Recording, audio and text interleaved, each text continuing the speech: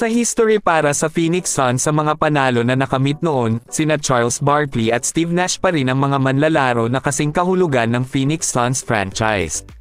Naapektuhan nila ang komunidad sa paligid ng koponan at humantong sila sa maraming panalo mula sa regular na season hanggang sa postseason.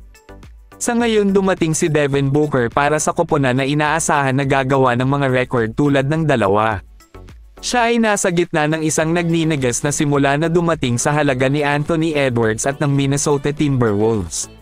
Si Devin Booker ay may 3-game streak na panalo kung saan nagtala siya ng 30 points na may kasama pang 5 assist. Ito ang nakakuha sa kanya ng record ng franchise ng Suns dahil walang ibang manlalaro ang nakagawa nito ng replicate na record kahit si Charles Barkley o Steve Nash ay hindi ito nagawa.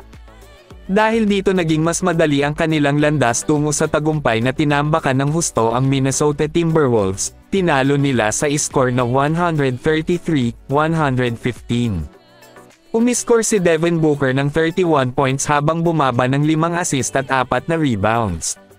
Susundan ito ni Kevin Durant sa pamamagitan ng pag-score ng parehong halaga, tumapos din siya na umiscore ng 31 points. 4 na iba pang manlalaro ng Suns ang nakakuha ng double-digit na points upang magtatag para sa panalo laban sa Minnesota Timberwolves. Sa kabila si Karl Anthony Towns ay tumapos na merong 25.7 rebounds at 2 assists habang si Anthony Edwards ay nagtala ng 13 points, 4 rebounds at 4 assists. Naging malungkot ngayon ang sitwasyon ni Draymond Green matapos ang pangyayari laban sa Minnesota Timberwolves. Ang bituin ng Golden State Warriors na si Draymond Green ay nilinaw na masuspendi ng 5 laro, at higit pa, magiging magastos din ito para sa kanya sa pananalapi.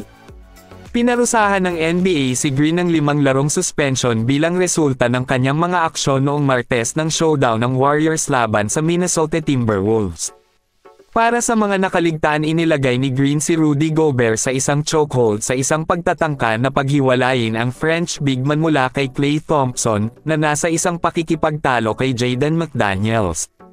Matapos ilagay sa headlock si Rudy Gobert, kinaladkad siya ni Green habang sinubukan silang paghiwalayin ng mga teammates.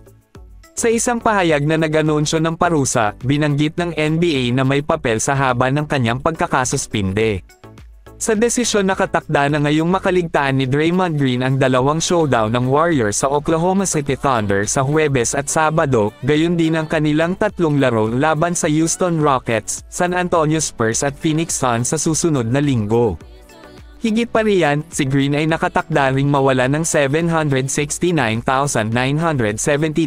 sa sweldo dahil sa pagkakasuspinde, ayon yan kay Adrian Wojnarowski ng ESPN. Iyon ay tiyak na isang malaking bahagi na mababawasan ang kanyang $100 million na kontrata na pinirmahan niya sa Warriors sa offseason. Sa ngayon wala pang reaksyon si Draymond Green sa nangyayari sa kanya, ngunit tiyak na hindi ito magugustuhan niya at ng koponan na Golden State Warriors.